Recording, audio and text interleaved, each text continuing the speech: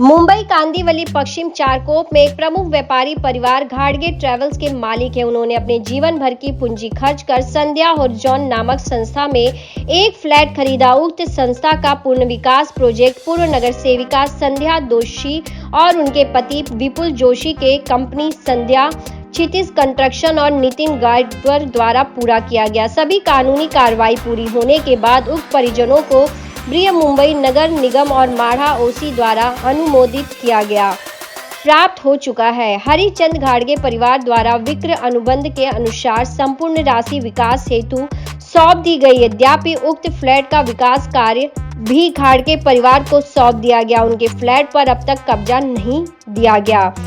किसके दबाव से? इन्हीं सब बातों को लेकर घाटगे परिवार ने एक प्रेस कॉन्फ्रेंस कर मीडिया के सामने कई बातों को रखा। देखिए मुंबई की खास रिपोर्ट। नमस्कार, मी गोपीचंद चंद्रकांत घाटगे, ह्या ऑफिसचे मालक ओनर प्रतिभा घाटगे आणि हरीश घाटगे गेली 18 महिन्यापासून बिल्डर नितीन गावकर आणि त्याच्यासोबत असलेले संध्या विपुल जोशी आणि विपुल जोशी हे या घाटगे परिवाराला नाहक त्रास, प्रॉपर्टी आमची असताना सुद्धा या ठिकाणी आमची आर्थिक कोंडी करून, आमची फसवणूक करून ही प्रॉपर्टी ते घेण्याचा या ठिकाणी प्रयत्न करत आहेत। त्यासाठी आज आम्ही प्रेस कॉन्फरन्स या ठिकाणी बोलवलेली आहे। यामध्ये 2 वर्षापूर्वी आम्ही प्रॉपर्टी बिल्डरकडून म्हणजे कमिटीकडून सोसायटीकडून आम्ही खरेदी करून प्रॉपर सगळे legal document, government stamp duty, registration हे सगळं करून सोसायटीने आम्हाला पोझिशन लेटर देऊन पोझिशन देखील आम्हाला या ठिकाणी सोसायटीने दिले होते। पण हे प्राईम लोकेशन असलेल्या कारणाने विपुल जोशी, संजय जोशी यांना लोकेशन आवडलं नाही। आमच्याकडून हिसकवण्याचा या ठिकाणी मराठी माणसाकडून हिसकवण्याचा प्रयत्न बिल्डर लॉबी आणि त्याचबरोबर संजय जोशी आणि विपुल जोशी हे या ठिकाणी करत आहेत। ह्या संजय जोशी ज्या तुम्ही सांगत आहेत ते कॉर्पोरेटर म्हणून, नगरसेवक म्हणून काम केलेलं आहे, पण ते तुमच्याशी काय संवाद साधलेला आणि काय सांगण्यात आलं तुम्हाला? या ठिकाणी आपण एक सांगू इच्छितो की संजय विपुल जोशी आणि विपुल जोशी हे खऱ्या अर्थाने या ठिकाणी नगरसेवक आहेत की लोकांची फसवणूक करण्यासाठी, हे लोकांना लूट करण्यासाठी या ठिकाणी आहेत। हा सर्वसामान्य जनतेला या ठिकाणी चारकोपमध्ये पडलेला प्रश्न आहे। तुमची मागणी आहे की त्यांनी आम्हाला जो काही त्रास करत आहेत तो आमचा त्यांनी पिछा सोडावा आणि आमची जी प्रॉपर्टी आहे ती आमच्या ताब्यामध्ये आहेच, परंतु जी काही हॅरेसमेंट आम्हाला करत आहेत ती त्यांनी या ठिकाणी थांबावी एवढीच आमची विनंती आहे। यामध्ये आम्हाला धमकीचे फोन देणं, वारंवार या ठिकाणी त्यांचे गुंड पाठवणं, आमच्याकडनं खंडणी वसूल करणं, असे बरेचसे प्रकार या ठिकाणी ते करत आहेत की जेणेकरून घाटगे वैतागून या ठिकाणी प्रॉपर्टी सोडतील। या गावकरी आणि ह्यांनी आमच्या असलेल्या प्रॉपर्टीमधले पूजा करत असताना देव देखील त्यांनी आमच्या बाहेर टाकलेले आहे की ते बोलले की मराठी मंडळाचं स्थान नाही आहे, तुम्ही झोपडपट्टीमध्ये राहता, चाळीमध्ये राहता, तुम्ही इथे तुमची काय अवकात आहे, इथे तुम्ही शॉप घेताय।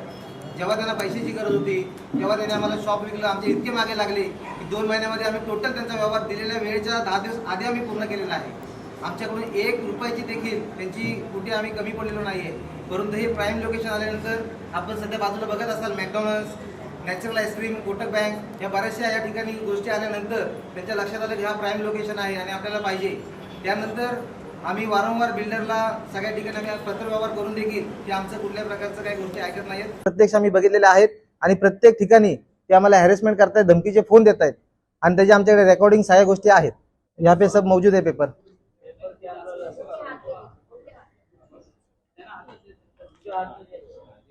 तिथे पण रजिस्टरने आम्हाला स्टे घेऊन आम्हाला ते कंटिन्यू केलं। आम्ही लोकांनी EMI भरलेले आहेत, त्याचे पैसे सुद्धा भरलेले आहेत, आपले रजिस्ट्रेशनचे पैसे सुद्धा सोसायटीला दिलेले आहेत। EMI 18 महिन्याचे EMI जातात, बँकेचं पण आहे। 2 वेळा आम्ही पूजा केली इथे आतमध्ये येऊन आम्हाला पूजेसाठी, त्यांनी आम्हाला पोझिशन दिलेले, पोझिशनचे सुद्धा फोटो आहेत आमच्याबरोबर। हे बिल्डर नितीन गावकर आहेत। त्याच्यानंतर आम्ही इथं सत्यनारायणाची पूजा घेतली मार्च 2022ला, त्याचे सुद्धा फोटो आहेत। त्याच्यानंतर आम्ही गणेश पूजनाची पण केलं एप्रिल महिन्यामध्ये, त्याचे सुद्धा फोटो आहेत। त्यांनी आम्हाला सुरुवातीला हे सर्वांना दिलं, हे सगळे पूर्ण बिल्डिंग भरली, रेसिडेन्सवाले, पुन्हा त्याच्यानंतर खाली शॉपवाले सगळ्यांना दिलं आम्हाला सोडून, बाकी सर्वांना दिलं आणि आमचा व्यवहार आम्ही 2 महिन्यात त्यांना कम्प्लीट केला।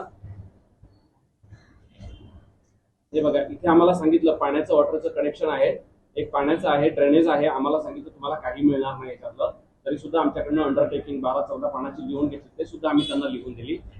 ते वेगवेगळे आरोप आमच्यावरती घेतात, सभासदाचे पेपर सुद्धा A to Z क्लिअर आहे, तरी पण ते लोक पुढच्या कोर्टामध्ये अर्धे पेपर देतात आणि बोलतात त्यांचे पेपर अपुरे असल्यामुळे यांना सभासदत्व कॅन्सल करा।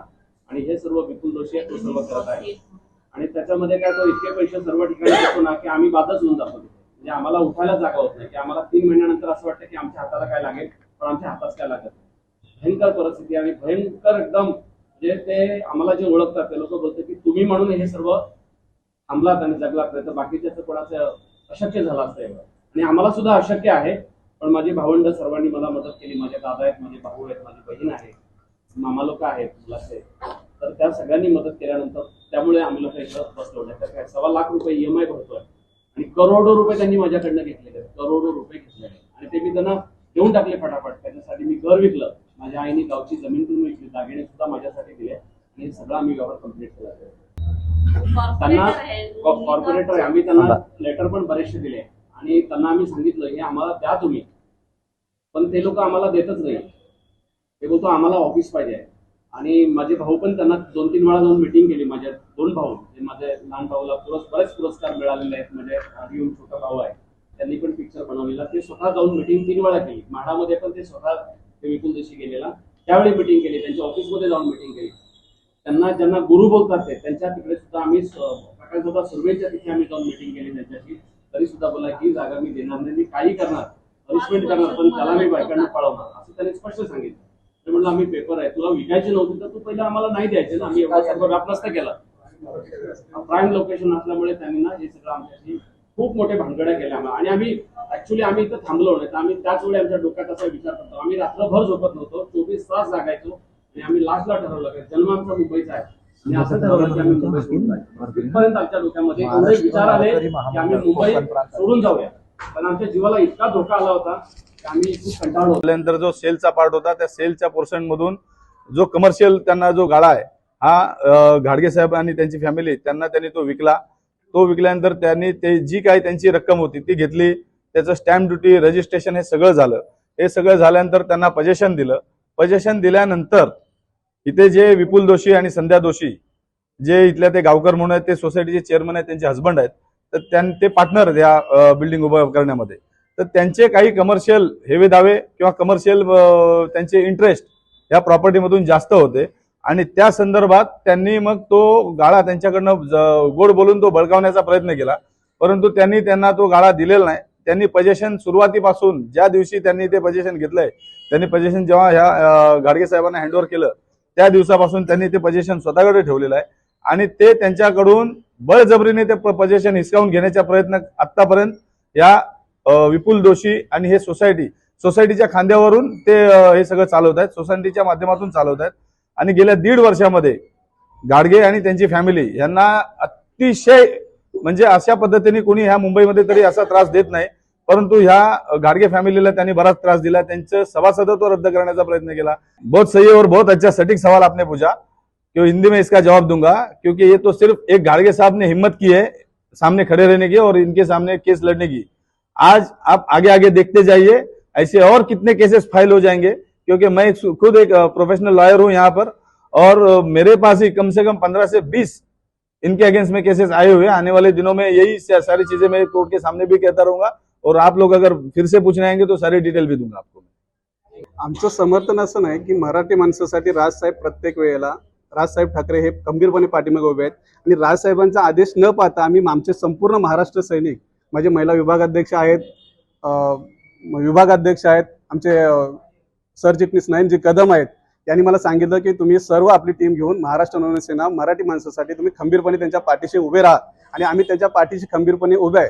मला एकच सांगायचं आहे की संध्या विपुल जोशी आणि त्याचे पती विपुल जोशी गावकर हे लोकांना खूप प्रमाणात फसवत आहेत, पण लोकांना ह्या जनतेला आपल्या सोसायटीमधल्या लोकांना समजत नाही की थोड्याफार चिरीमिरी पैशासाठी आपली संपूर्ण हक्काची घरं त्यांच्या ताब्यात देत आहेत. जसं आज घाडगे साहेबांना इथे एवढ्या मोठ्यात फसवलंय आणि प्राईम लोकेशन असल्यामुळे त्याची प्राइस वाढत आहे आणि त्या प्राइस वाढत असल्यामुळे त्यांच्याकडनं ते दुकान तुम्ही द्या आणि तुम्हाला मी पैसे देतो असं ते बोलत आहेत.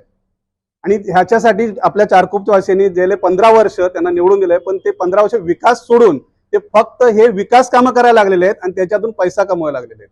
तर जनतेने फक्त त्याचा योग्य मार्गाने त्यांना आता त्याला धडा शिकवण्याची गरज आहे आणि तो योग्य वेळ आलेला आहे. खूपसे असे जसे जाधव साहेबांनी आता सांगितलं खूपसे केसेस आहेत. आजही आम्हाला आता एक फोन आला की वरून की आम्ही त्यांचा एक प्रॉब्लेम आहे आम्ही सांगायला, पण घाडगे साहेबांनी एवढं मोठं हे दाखवलेलं म्हणजे हे धाडस दाखवलेलं आहे आणि त्या धाडसामुळे आज आम्ही महाराष्ट्र नवनिर्माण सेना पण खूप त्यांच्या खंबीरपणे पाठीमागे उभे आहे. केव्हा केव्हा ज्या ज्यावेळी मदत लागेल रात्री अपरात्री आम्ही त्यांच्या खंबीरपणे पाठीमागे उभे राहू. जय हिंद, जय महाराष्ट्र. वो हमारे ऊपर ही आई है पूरी आणि त्याच्यामधून आम्ही स्वतः माझे पती आणि इतके हॅरेसमेंट करतात, सतत धमक्या देत आहेत, खाली करा, खाली करा, खाली करा. का करायचं आम्ही? जर आम्ही पूर्ण रजिस्ट्रेशन केलेलं आहे, स्टॅम्प ड्युटी रजिस्ट्रेशन सगळं केलेलं आहे, मग आम्ही का खाली करायचं? जर आम्हाला आमच्या व्यवसायाच्या योग्यतेनुसार आम्ही ती जागा तुमचे पूर्ण पैसे देऊन जर दिलेली आहे, तर आम्ही खाली का करायची? अशा धमक्या का हे करायच्या, यांच्या ऐकायच्या? प्रशासन याच्याकडे का लक्ष देत नाही या लोकांकडे? विपुल दोषी हे सतत आम्हाला बोलतात, तुम्हाला 5 वर्ष तुम्हाला कोर्टामध्ये लटकवणार, अर्धे पैसे तुम्हाला देणार. असं का आम्ही ऐकून घ्यायचं? किती आम्हाला हा त्रास. माझे मिस्टर, आम्ही झोपत नाही, सतत कोर्टाच्या पायऱ्या आम्हाला जावं, व्यवसाय सोडून आम्हाला हे करावं लागतंय. माझ्या मुलाला जेवणाचं पत्ता नाही, काही नाही. आम्ही सतत आठवड्यातून 4 दिवस आम्ही कोर्टातच असतो. माझ्या मुलाचं शिक्षण, त्याला मास्टर करायचं होतं या ऑफिसमध्ये येऊन, ते पण 1 वर्ष त्याचं वाया गेलं. काय या विपुल दोषीला म्हणायचं? किती हे त्रास. नगरसेवक म्हणजे लोकांच्या मदतीसाठी असतात की असं हॅरेसमेंट करण्यासाठी असतात? मी मुख्यमंत्री आणि गृहमंत्री यांना विनंती करते आणि उद्धवजी ठाकरे साहेबांना विनंती करते की ह्या संपूर्ण याचा तपास करावा आणि आम्हाला न्याय द्यावा.